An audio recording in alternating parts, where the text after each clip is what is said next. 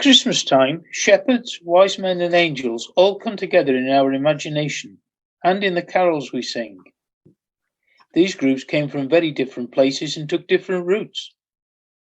At this time of year, we focus on the journey of the wise men, so let us join them at the start of their journey. We are in a city far to the east of the Roman Empire, somewhere along the Silk Road that wound through Persia to China. A wealthy trading city, a place where ideas from many countries arrive with the camel trains, a place where people have time to observe the night sky and come to understand the movement of the stars. We eavesdrop in a house in that city. Oh, what a morning! So crowded in the market. Thank goodness I'd taken Zenon with me.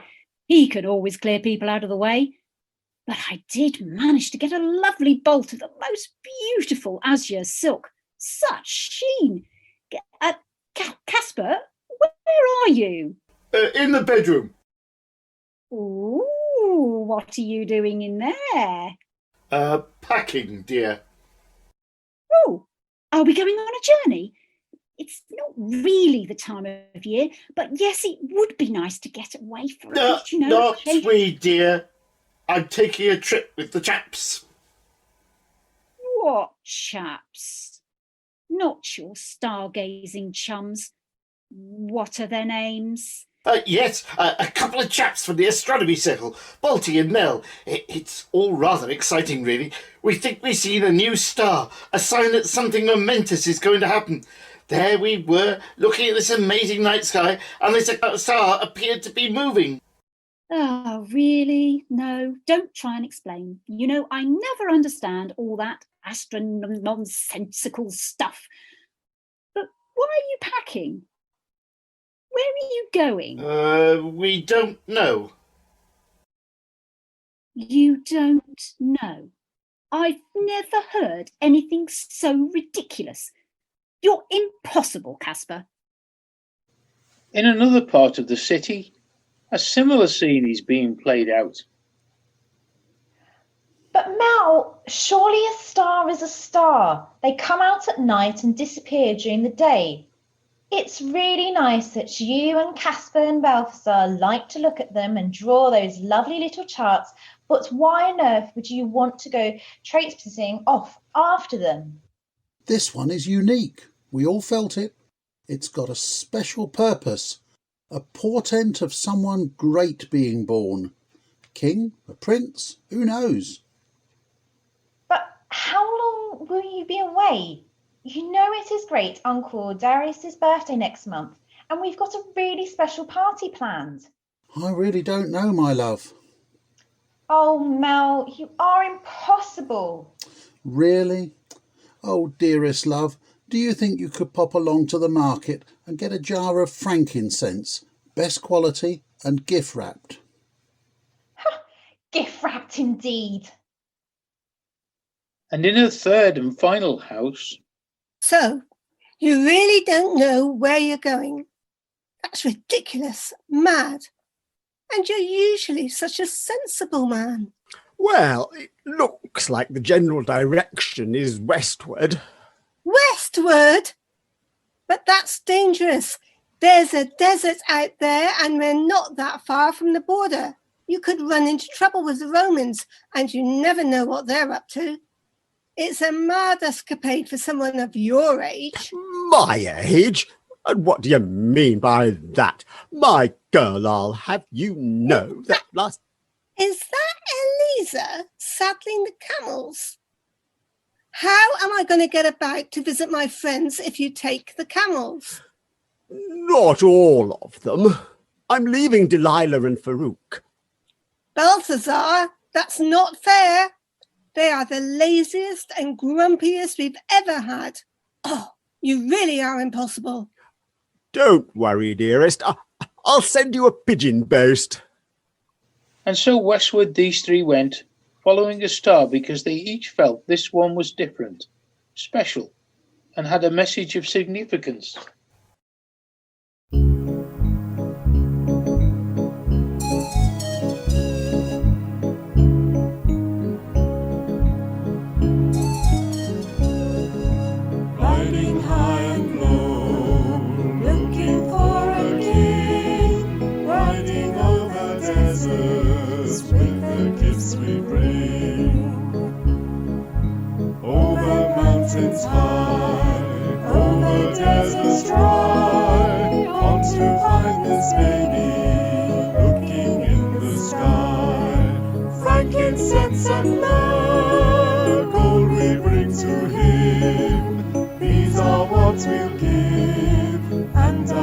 hearts to hear.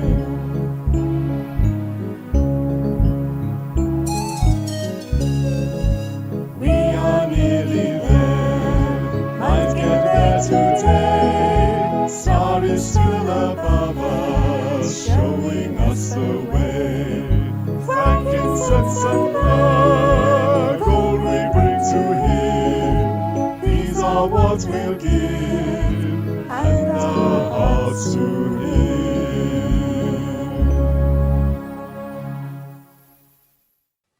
Nothing like a camping trip under the stars to buck you up. Don't you find the endless desert rather monotonous? Not half as monotonous as Zenon's cooking. What does he put in this stew? Probably best not to ask. How long have we been travelling now? It feels like months. I know what you mean, but it's only... Oh, I don't know. It's easy to lose track. Looks like you've missed the big birthday bash for your Uncle Darius. I don't think Malcoria will ever forgive you. Probably not. And talking of the wives, we'd better send a pigeon back with a post message. Dearest Bella, a hard time of it we had. Just the worst time of year for travelling. And Oh, best make it a bit lighter, Balty. Don't want to worry the old girl. Quite right. How about, dearest? We are well on the way. The desert is beautiful at this time of year, and the skies are full of marvellous light. You would love it here. Our journey continues with the star still leading us onward. camels behaving as camels do. A few grumbles from their drivers. Caspar's men Xenon is doing his best to keep us fed, but I do miss your wonderful cooking. A hard time they had of it.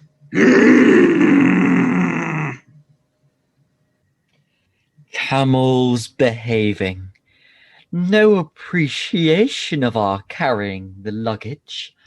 Pots and pans, dirty washing, tents in baking hot conditions. Hot. I thought the sand was going to turn to glass. Well, we are built for it. Ships in the desert, they call us.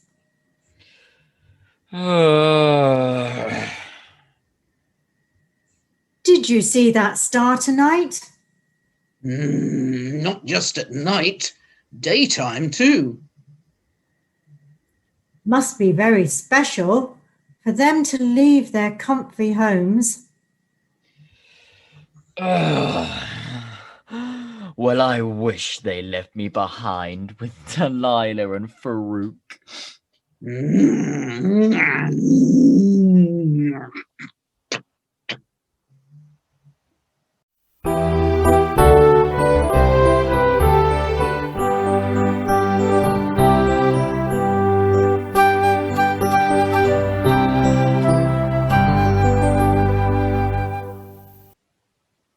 And so they travel across the desert, following the star that leads them on relentlessly.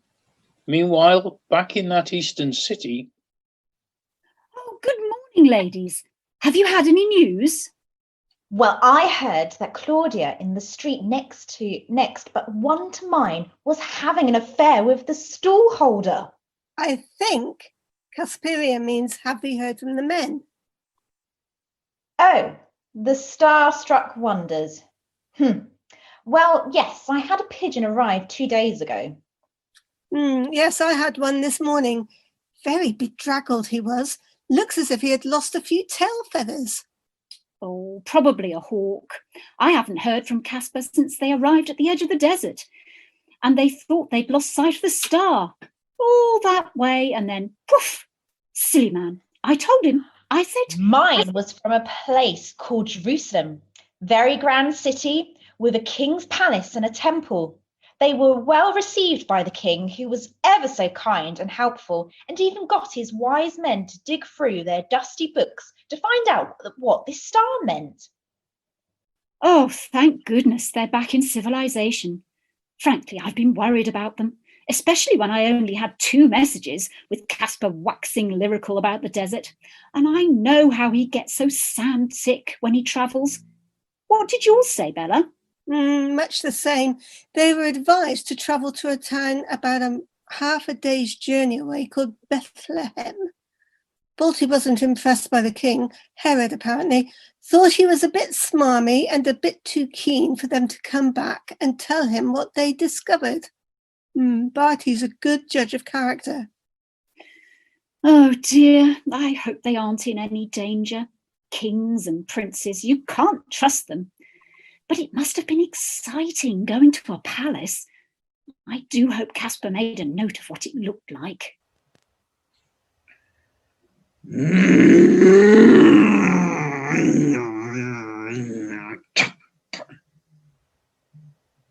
Glad we've stopped for a bit. Oh, my foot pads. They're all worn out. Well, we did have a rest at the palace. Not very pleasant among those toffee-nosed, mangy, so-called royal camels. I hope I haven't caught anything.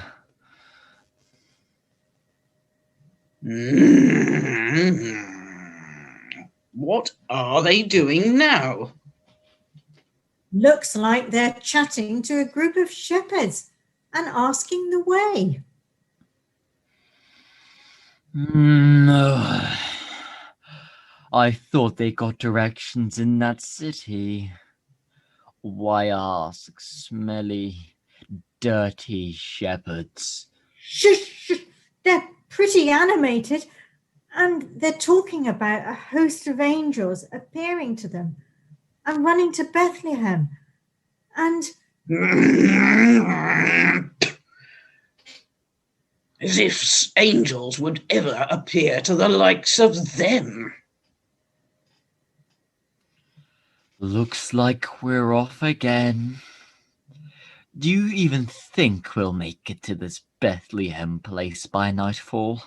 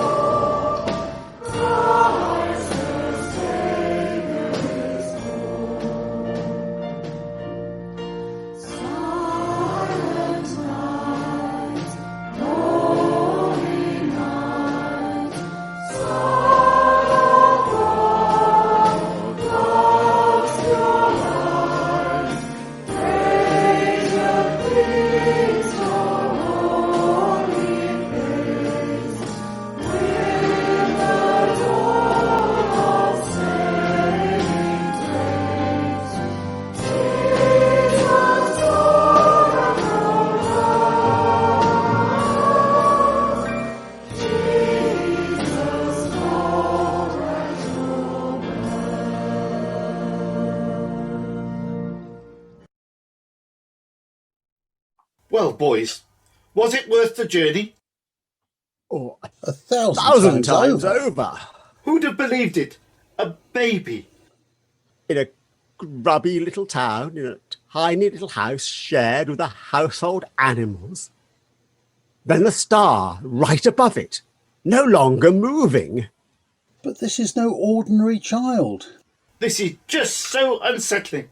A celestial star moving across the heavens to lead 3 old codgers to kneel before a baby. Codgers? Speak for yourself. Do you think we got the gifts right? Such a strange choice, but as we said on the way, we each chose something we felt was right. Gold for a king. Frankincense because he's more than a king. He's more than that. Myrrh, the oddest choice because it speaks of death. His mother seemed to understand, though. This journey is the best and most amazing thing I have ever done. To have found that wee child, it felt as if God had come into the world. Am I crazy? No. Spot on. The name, Jesus. That means saviour, doesn't it?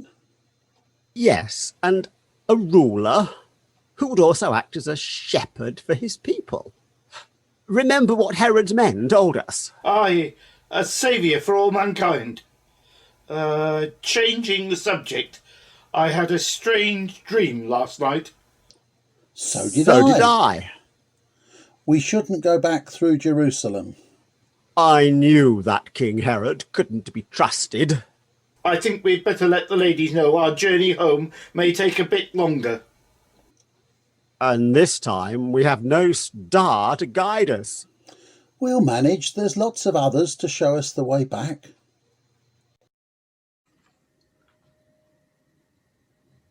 Typical.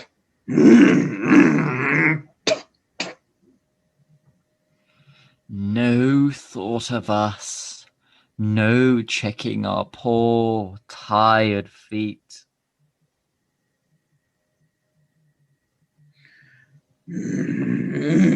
Just turn around and head back home, and they don't even know where home is.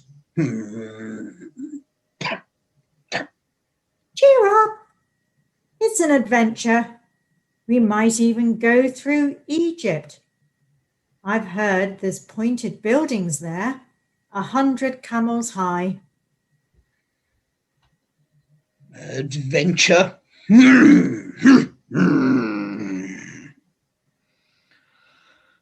Oh, to be young and with tough feet. But don't you feel it? Somehow, the one who created us has reached out and changed everything.